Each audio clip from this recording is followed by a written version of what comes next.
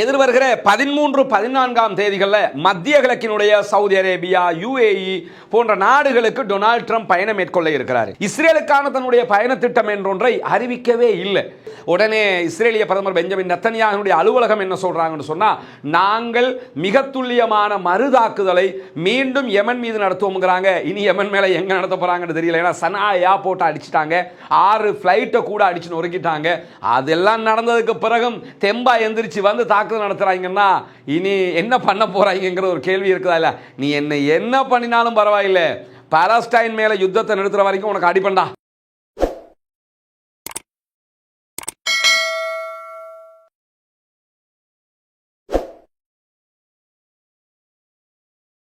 அன்பிற்கினிய சகோதர சகோதரிகளே, நம் அனைவர் மீதும் ஏக இறைவனுடைய அமைதியும் கருணையும் உண்டாகட்டுமாக. அஸ்ஸலாமு அலைக்கும் வரஹ்மத்துல்லாஹி வபரகாத்துஹு. பாலஸ்தீனத்தினுடைய காசாவின் மீது இஸ்ரேலிய ஆக்கிரமிப்பு ராணுவம் தாக்குதல்களை ஆரம்பித்து இன்றோடு 581வது நாளாக இருக்கிறது. இன்றைய நாளிலும் என்னவெல்லாம் நடந்திருக்கிறது என்கிற செய்திகளை தான் நம்ம பார்க்க இருக்கிறோம். இன்னைக்கு ரொம்ப சுவாரஸ்யமாக மீண்டும் ஒரு முறை அடிவாங்கி இருக்கிறது இஸ்ரேல் என்கிற செய்திகள் எல்லாம் இருக்கிறது. அதை பார்ப்பதற்கு முன்பதாக அதை விட இருக்கக்கூடிய ஒரு சுவாரஸ்யமான விவகாரத்தை பார்க்க இருக்கிறோம். அது என்ன சுவாரஸ்யமான விவகாரம்னா, நமக்கு தெரியும் அமெரிக்க ஜனாதிபதி டொனால்ட் ட்ரம்ப், அதே போன்று இஸ்ரேலுடைய பிரதமர் பெஞ்சமின் நெத்தன்யாகு, இந்த 2 பேரும் தான் காசா ஓருடைய மிக முக்கியமான பேசுபொருளாக இருக்கக்கூடிய 2 பேர். அதிலும் குறிப்பாக காசாவினுடைய ஓர் என்னைக்கோ நிறுத்தப்பட்டிருக்கணும், ஆனால் தன்னுடைய ஆட்சியை காப்பாற்றிக் கொள்வதற்காக பெஞ்சமின் நெத்தன்யாகு அதை நிறுத்தாமல் தொடர்ந்து தாக்குதல்களை அதிகரித்துக் கொண்டே வருகிற நேரத்தில் எதிர்வருகிற 13-14 தேதிகளில் மத்திய கிழக்கினுடைய சவுதி அரேபியா, UAE போன்ற நாடுகளுக்கு டொனால்ட் ட்ரம்ப் பயணம் மேற்கொள்ள இருக்கிறார். அவர் வந்து போனதுக்கு பிறகு காசாவில் தாக்குதல்களை விரிவுபடுத்த இருக்கிறோம் என்கிற ஒரு தீர்மானத்தை இஸ்ரேலிய அரசாங்கம் கொண்டு வந்திருந்தது. அந்த தீர்மானம் அமைச்சரவையில் கேபினெட்ல அப்ரூவலும் ஆகி இருக்கிறது. எனவே நாங்கள் தாக்குதலை விரிவுபடுத்த இருக்கிறோம் என்று அவர்கள் அறிவித்திருந்தார்கள். ஆனால் இங்க என்ன கவனிக்கணும்னு சொன்னா, பெஞ்சமின் நெத்தன்யாகுவினுடைய இந்த அறிவிப்பை அமெரிக்கா ரசிக்கவில்லை. ஆல்ரெடி அமெரிக்க ஜனாதிபதி டொனால்ட் ட்ரம்ப் என்ன பண்ணிட்டாருன்னா, ஏற்கனவே ஹூதிகளோட பேச்சுவார்த்தை நடத்தி நம்ம 2 பேரும் ஒரு மியூச்சுவல் அண்டர்ஸ்டாண்டிங்க்கு வந்துருவோம், நாங்க உங்களுக்கு அடிக்க மாட்டோம், நீங்க எங்களுக்கு அடிக்க வேணாம், எங்களுடைய கப்பல்களுக்கு நீங்க தாக்க கூடாது என்கிற ஒரு ஒப்பந்தத்திற்கு வந்திருந்தார்கள். அந்த அடிப்படையில் ஹூதிகள் மீதான அமெரிக்காவுடைய தாக்குதல்கள் நிறுத்தப்படுகிறது. அதே போன்று அமெரிக்க கப்பல்கள் மீதான ஹூதிகளுடைய தாக்குதல்களும் நிறுத்தப்படுகிறது. எனவே இந்த ஒப்பந்தம் நடைபெற்றாலும் இந்த ஒப்பந்தம் பற்றி எந்த ஒரு முனகல் சத்தம் கூட இஸ்ரேலுக்கு கேட்கவில்லை. எல்லா பேச்சுவார்த்தையை முடிச்சிட்டு ஓமான் வழியாக பேசினாங்க, பேசி முடிச்சுட்டு தான் இந்த செய்தியை வெளியே சொன்னாங்க. எனவே இஸ்ரேலுக்கு இது தெரியவில்லை என்பது இஸ்ரேலுக்கு இருக்கக்கூடிய ஒரு மிகப்பெரிய மனக்குறையா வேற மாறிடுச்சு. அதே மாதிரி நீங்க பாத்தீங்கன்னா, எப்படியாவது அமெரிக்காவை கொண்டு போய் ஈரானோட கோர்த்து விட்டுருவோம், ஒரு சண்டைக்கு இழுத்து விட்டுருவோம், வம்ப இழுத்து விட்டுருவோம் சொல்லி அதற்கும் இஸ்ரேல் பெரும்பாடுபட்டு பல காய் நகர்த்தல்களை செஞ்சுக்கிட்டே இருந்தாங்க. ஆனா டொனால்ட் ட்ரம்ப் என்ன பண்ணிட்டாருன்னா, ஈரானோடு நான் ஒரு பேச்சுவார்த்தை நடத்தி இதை முடிவுக்கு கொண்டு வர்றேன், பிசினஸ்மேன் மாதிரியே யோசிக்கிறாரு. அந்த மாதிரி ஒரு 3 கட்ட பேச்சுவார்த்தைகள் நடந்திருக்கிறது. 4ஆம் கட்ட பேச்சுவார்த்தைகளும் தற்போது நடைபெற இருக்கிறது. எனவே அதுவும் ஒண்ணுக்கு உதவாத ஒரு காரியமாக மாறி போயிடுச்சு. இஸ்ரேலால ஒன்றும் பண்ண முடியல. இப்படியான ஒரு சூழல்ல எதிர்வருகிற 13-14 தேதிகளில் மத்திய கிழக்கு வரை இருக்கக்கூடிய டொனால்ட் ட்ரம்ப் இஸ்ரேலுக்கான தன்னுடைய பயண திட்டம் என்றொன்றை அறிவிக்கவே இல்லை. இஸ்ரேலுக்கு வளமல போவாரு, ஆனா நான் போறேன் எந்த செய்தியையும் அவர் சொல்லல. பட் என்னன்னா, ஒரு பேச்சுவார்த்தை நடைபெற்றிருக்கிறது. அது எப்படி என்று சொன்னால், மத்திய கிழக்குக்கு எதிர்வருகிற 13-14 தேதிகளுக்கு உள்ளாக உடனடியாக காசாவில் ஒரு யுத்த நிறுத்தத்தை இஸ்ரேல் கொண்டு வர வேண்டும். என்ன செஞ்சாலும் சரி, பாலஸ்தீன விடுதலை அமைப்போட பேசணும், அங்க இருக்கக்கூடிய பணைய கைதிகளை நீங்க எடுக்கணும், உங்ககிட்ட இருக்கிறார்கள் நீங்க கொடுக்கணும், எல்லாம் எதை செஞ்சாலும் சரி யுத்தத்தை நிறுத்தணும், இனிமே காசாவில் சண்டைக்கு போகக்கூடாது என்கிற விதமான ஒரு அழுத்தம் நெத்தன்யாகுவுக்கு கொடுக்கப்பட்டிருக்கிறது. குறிப்பாக பெஞ்சமின் நெத்தன்யாகு அமெரிக்க ஜனாதிபதி டொனால்ட் ட்ரம்போட பேசுறதுக்கு பலமுறை முயற்சி செய்ததாகவும், ஆனால் அவரோடு பேசுவதை டொனால்ட் ட்ரம்ப் மொத்தமாக தவிர்த்து கொண்டிருப்பார் சொல்லப்படுகிற அதே நேரத்தில் அமெரிக்காவுடைய வெளியுறவு செயலர் இன்றைய தினம் இஸ்ரேலுக்கு வர்றதுக்கு இருந்தாரு. அவரும் என்ன பண்ணிட்டாருன்னா, திடுதிப்புன்னு தன்னுடைய பயணத்தை ரத்து பண்ணியிருக்கிறாரு. இது எல்லாமே திட்டமிட்டு அமெரிக்கா நடத்தக்கூடிய காய் நகர்த்தல்கள் என்று சொல்லப்படுது. ஏற்கனவே அமெரிக்க ஜனாதிபதி டொனால்ட் ட்ரம்ப் என்ன சொல்லியிருக்கிறார்னா, மத்திய கிழக்கு வருகிற போது வரலாறு காணாத ஒரு அறிவிப்பை விடுக்க போகிறேன் என்று சொல்லுகிறார். அந்த அறிவிப்பு சவுதி அரேபியா இஸ்ரேலை நாடாக அங்கீகரிக்கிற அறிவிப்பா?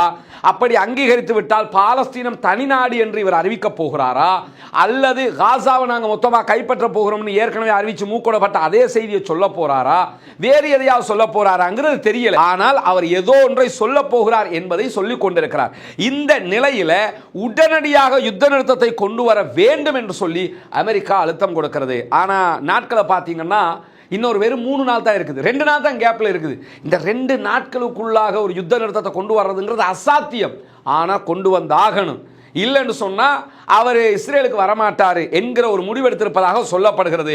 அப்படியே அவர் இஸ்ரேலுக்கு போனாலும் என்ன அறிவிப்பை விடுக்க போறாருங்கிற ஒரு கேள்வியும் இருக்கிறது. இது பெரிய தலையீடியாக தற்போது இஸ்ரேலிய அரசாங்கத்திற்கு மாறி இருக்கிறது.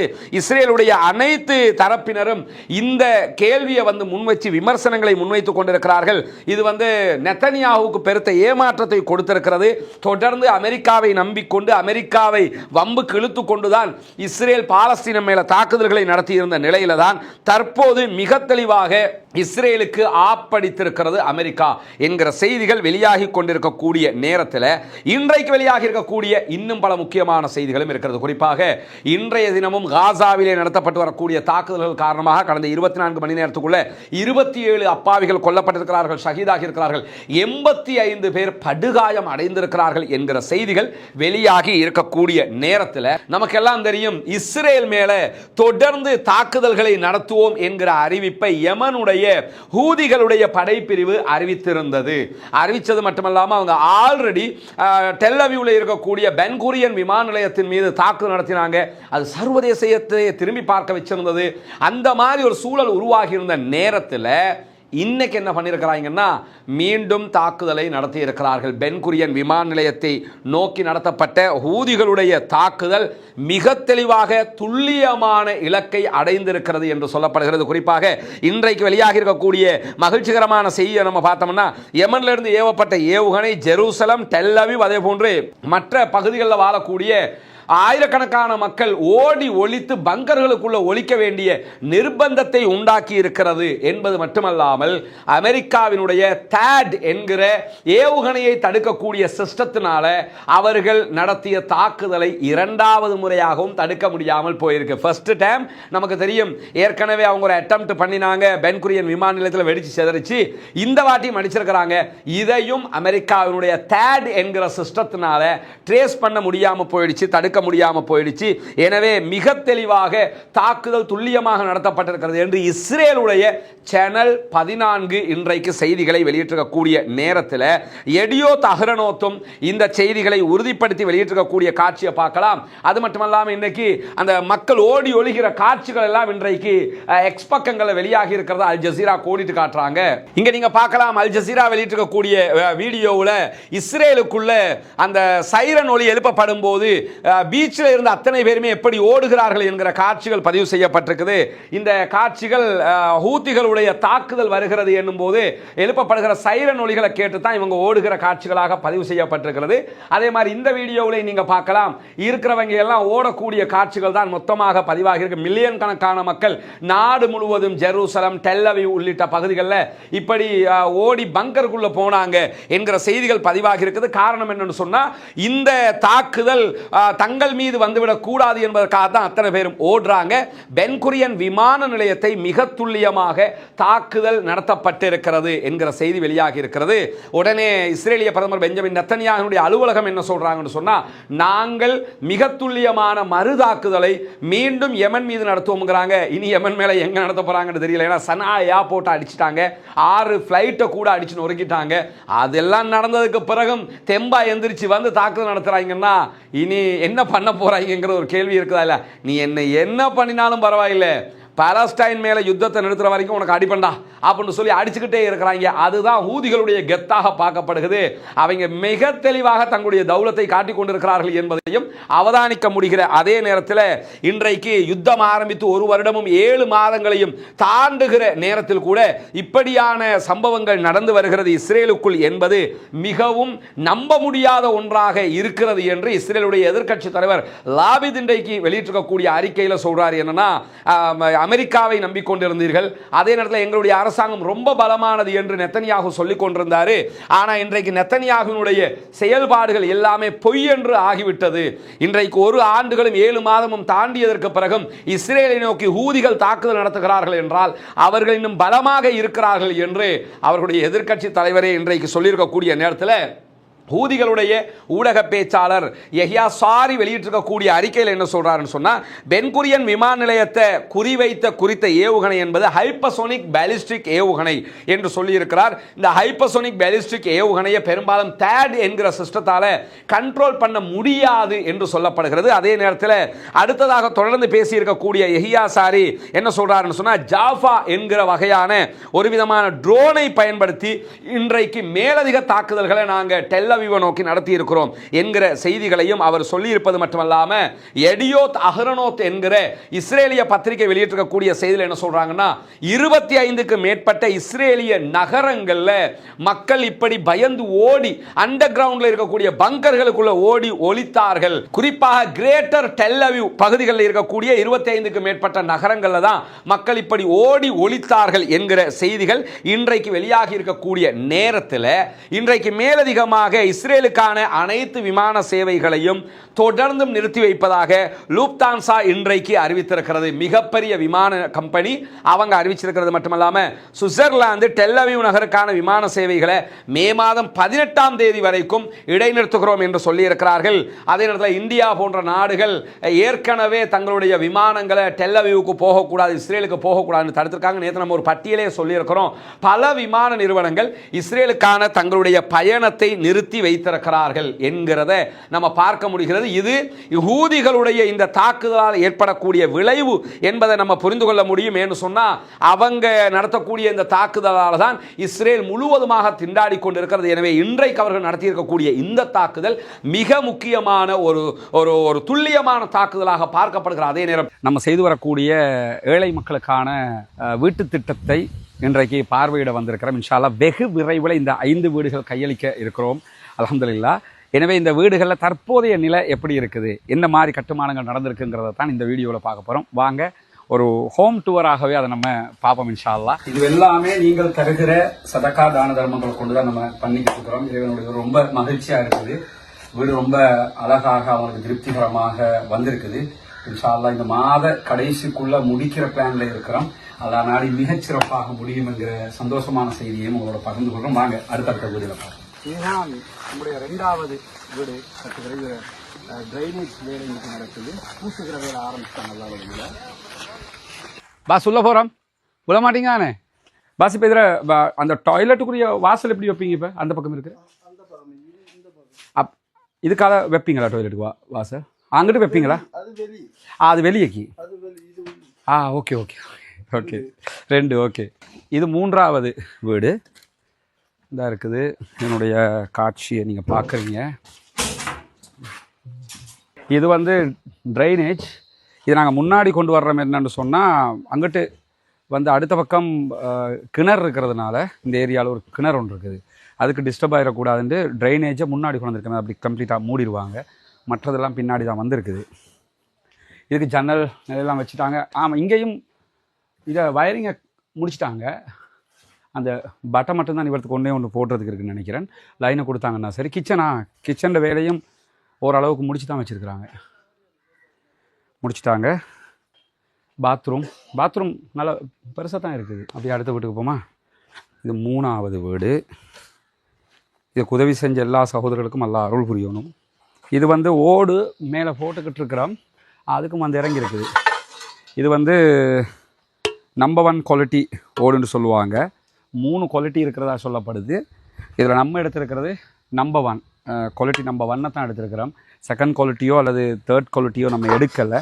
ஏன்னா அதை போட்டோம்னு சொன்னால் அது நல்லா இருக்காது. அதனால் எடுக்கிற பொருட்கள் எல்லாமே அதுக்குரிய பெருமதியான ஒரிஜினல்ங்கிற வகையில் உள்ளதை தான் நம்ம பண்ணிக்கிட்டு இருக்கிறோம். ஏன்னா அது நமக்கு கட்டுற மாதிரி இருக்கணும், அந்த மக்களுக்குரியதுங்கிற அடிப்படையில். இது வந்து 4வது இடம். இது பூசுறதுக்குரிய மண் இறக்கியிருக்கிறாங்க. எப்படி இருக்கிறீங்க? வேலை எப்படி போகுதா? பாஸ் தான் எங்க ஃபுல் பிஸியாக இருக்கார் பாஸ்? அது சரி. பாஸ் எல்லாத்தையும் இந்த மாதத்துக்குள்ளே முடிப்பீங்களா? இன்ஷா அல்லாஹ் முடிச்சு தாங்க இன்ஷா அல்லாஹ். சார் நல்ல திருப்தியாக இருக்குது. அதான் நான் மக்களுக்கும் சொல்லி கொண்டிருக்கேன். அதான் ரொம்ப திருப்தியாக இருக்குது எங்களுக்கு. அல்ஹம்துலில்லாஹ். இது 5வது ஃபைனல் கட்டிக்கிட்டு இருக்கிறாங்க. இது பின்பகுதியால் நம்ம இப்போ போய்கிட்டு இருக்கிறோம். பாத்ரூம் எல்லாம் சூப்பராக இருக்குது மாஷா அல்லாஹ். மேலே கோப்பிசம் அடிக்கிறாங்க, வகலை போடுறாங்க. இவங்க தான் நீங்கள் நின்று வேலையை ஃபௌமி. இது நமக்கு இது கடைசி வீடு. இது எப்போ முடியும்? இந்த வீடு முறை முடிஞ்சுது. நமக்கு ஒரு 10 days இந்த வீடு கம்ப்ளீட் ஆகும். எல்லாம் கம்ப்ளீட் ஆகிறதுக்கு பாஸ் சொல்கிறார் இந்த மாதம் கடைசிக்குள்ளே முடியும். இந்த மாதிரி ஒரு 25-26 தேதிக்குள்ளே டோட்டலாக வீடு எல்லாம் கம்ப்ளீட் ஆகி நமக்கு ஜூன் ஃபர்ஸ்ட் வீக்கில் ஓப்பன் செய்கிற மாதிரி செய்யலாம் இன்ஷா அல்லாஹ். அல்ஹம்துலில்லாஹ். இவர் தான் இங்கேருந்து நம்ம வேலைகளை இவர் அங்கிட்டு கொஞ்சம் சகோதரர் இருக்காங்க, அவங்கெல்லாம் சேர்ந்து தான் இங்கே வேலைகளை செய்கிறாங்க. ரொம்ப திருப்திகரமாக நம்ம கொழும்புல இருந்தாலும் நம்மளே இங்கே இருக்கிற மாதிரி நம்ம ஒரு ஒன்ஸ் அ வீக் மாதிரி இங்கே வருவோம். வந்தால் முழு அப்டேட் டீட்டெயில்ஸோடு அல்ஹம்துலில்லாஹ் அவங்களோட வேலை பணிகளுக்கு மத்தியிலையும் இதை நின்று செய்கிறாங்க. அல்லாஹ் உங்களுக்கு நிறைய ரஹ்மத் செய்வான் இன்ஷா அல்லாஹ் மக்களுக்காக செய்கிறதுக்கு. இவங்கெல்லாம் நம்மளோட சகோதரர்கள், இந்த வேலைக்காக நிற்கக்கூடிய சகோதரர்கள். எனவே ஜஸாக்குமுல்லாஹு ஹைரா. அல்லாஹ் உங்கள் அத்தனை பேருக்கும் அருள் புரிய வேண்டும். இந்த பணிகளுக்காக உதவி செய்யக்கூடிய எல்லா சகோதரர்களுக்கும் நாங்கள் அல்லாஹ்விடத்தில் பிரார்த்தனை செய்கிறோம். அதே நேரம் நீங்களும் இந்த பணி மிகச்சிறப்பாக நடந்து முடிவதற்கு பிரார்த்திக்கிற அதே நேரம் பாலஸ்தீனம் வெற்றி பெற வேண்டும், பாலஸ்தீனம் சுதந்திரம் அடைய வேண்டும் என்கிற பிரார்த்தனையும் அல்லாஹ்விடத்திலே மறக்காமல் முன்வையுங்கள். இதற்காக இந்த பணிக்காக இறைவனுக்காக உதவ விரும்புகிற சகோதரர்கள் முன்னால் தெரிகிற நம்முடைய வங்கிக் கணக்கிற்கு உங்களால் முடிந்த தொகைகளை வைப்பிலிட முடியும். வெளிநாடுகளிலிருந்து வைப்பிலிடக்கூடியவர்கள் இதற்கு வைப்பிலிட முடியாத சந்தர்ப்பத்தில் அதில் தெரிகிற நம்முடைய தொலைபேசி மற்றும் வாட்ஸ்அப் பழக்கத்திற்கு தொடர்பு கொண்டு உங்களால் முடிந்த உதவிகளை வாரி வழங்குமாறு அன்பாக கேட்டுக்கொள்கிறோம். இந்த பணிகள் சிறப்பாக அமைவதற்கு பிரார்த்தனைகளில் சேர்த்துக்கொள்ள மறந்து விடாதீர்கள். பாலஸ்தீன விடுதலை அமைப்பைச் சேர்ந்தவர்களும் இன்றைக்கு 2 மெர்காவா டேங்குகள் மீது தாக்குதல் நடத்தியிருக்கிறார்கள் என்கிற செய்திகள் வெளியாகி இருக்கிறது.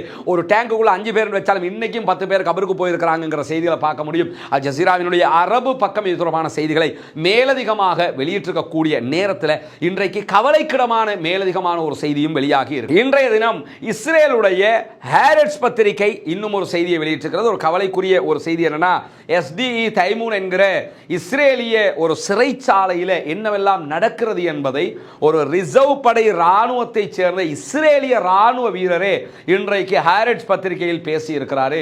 ரொம்ப கவலைப்பட்டு பேசுறார். அவர் பேட்டியை பார்க்கும்போது இந்த துரோகி த ட்ரைட்டர் என்ற ஒரு புத்தகம் வெளியாகி இருந்தது.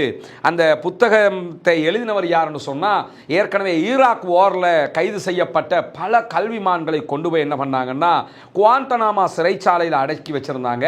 அந்த சிறைச்சாலையினுடைய சிறை காவலராக இருந்தவர் தான் பின்னாட்களில் இஸ்லாத்தை ஏற்றுக்கொண்டு பிறகு என்ன பண்ணார்னா இந்த த ட்ரைட்டர் என்கிற பெயரில் புத்தகம் எழுதினார். தமிழையும் துரோகி என்கிற பெயரில் அது வெளியிடப்பட்டிருக்கிறது.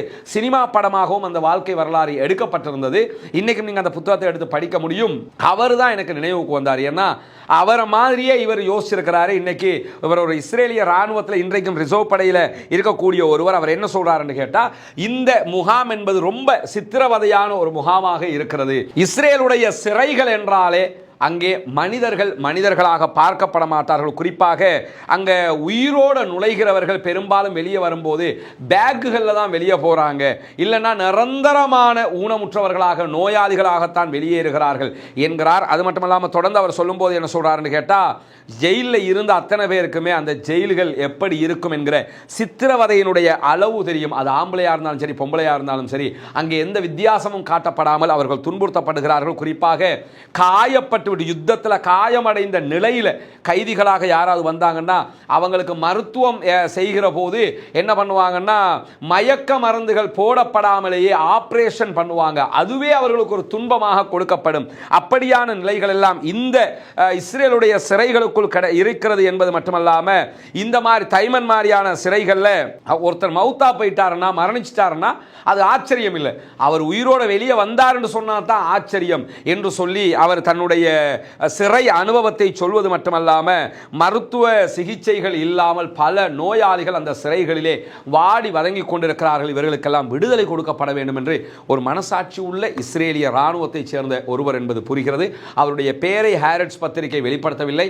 ஆனால் இஸ்ரேலிய சிறைகளில் காசாவை சேர்ந்த அப்பாவிகள் இப்படியெல்லாம் துன்புறுத்தப்படுகிறார்கள் என்கிற செய்திகள் இன்றைக்கு வெளியாகி இருக்கிறது. பாலஸ்தீன மக்களை வல்ல ரஹ்மான் மாத்திரம்தான் காப்பாற்ற வேண்டும். நம்முடைய துஆக்கள் வீண் போகவில்லை சகோதரர்களே. தொடர் தொடர்ந்து காசாவினுடைய எதிர்காலம் பற்றிய வெளிச்சத்தை நம்ம பார்த்துக்கிட்டு இருக்கிறோம். எதிர்வருகிற நாட்களில் மத்திய கிழக்குக்கு வரக்கூடிய டொனால்ட் ட்ரம்ப் கண்டிப்பாக ஏதாவது ஒரு வித்தியாசமான அறிவிப்பை விடுக்கக்கூடும் என்று அரபு ஊடகங்கள் பேசிக் கொண்டிருக்கின்றன. சவுதி அரேபியாவுக்கும் டொனால்ட் ட்ரம்ப்புக்கும் இடையில் ஒரு நெருக்கமான பேச்சுவார்த்தை போறதாகவும் சொல்லப்படுகிறது. இதெல்லாம் பார்க்கும்போது ஏதாவது ஒரு மாற்றம், ஒரு விளைவு பாலஸ்தீன மக்களுக்கு ஏற்பட்டால் அதுவே மகிழ்ச்சிக்குரியது என்றுதான் நாம் பார்க்க முடியும். பொறுத்திருந்து பார்ப்போம் என்னவெல்லாம் நடக்கிறது என்பதை. பாலஸ்தீனம் வெற்றி பெற வேண்டும், பாலஸ்தீனம் சுதந்திரம் அடைய வேண்டும், பாலஸ்தீன மக்களும் நம்மை போன்ற நிம்மதியானவர்களாக மாற வேண்டும் என்கிற உயரிய பிரார்த்தனைகளோடு பாலஸ்தீன மக்களுக்காக தொடர்ந்து பிரார்த்திக்க மறந்து விடாதீர்கள். பாலஸ்தீன மக்களுக்கு அநியாயம் இழைத்துக் கொண்டிருக்கக்கூடிய இஸ்ரேலிய ஆக்கிரமிப்பு ராணுவத்தினுடைய அழிவுக்காக அவர்கள் இல்லாதொழிக்கப்பட வேண்டும் என்பதற்காக, பயங்கரவாதம் இல்லாதொழிக்கப்பட வேண்டும் என்பதற்காக இஸ்ரேலிய ஆக்கிரமிப்பு ராணுவத்திற்கு எதிராக குனூத்து நாசிலாவை ஓத மறந்து விடாதீர்கள். பயங்கரவாதம் தோற்கடிக்கப்பட வேண்டும், பயங்கரவாதம் இல்லாதொழிக்கப்பட வேண்டும், அமைதியான பூவுலகு திரும்ப வேண்டும், பாலஸ்தீனம் வெற்றி பெற வேண்டும், பாலஸ்தீனம் சுதந்திர நாடாக மாற வேண்டும், பாலஸ்தீன மக்களுக்காக ஜனநாயக ரீதியாகவும் குரல் எழுப்புவோமாக. வாஹ்ர் தஅவானா அல்ஹம்துலில்லாஹி ரப்பில் ஆலமீன்.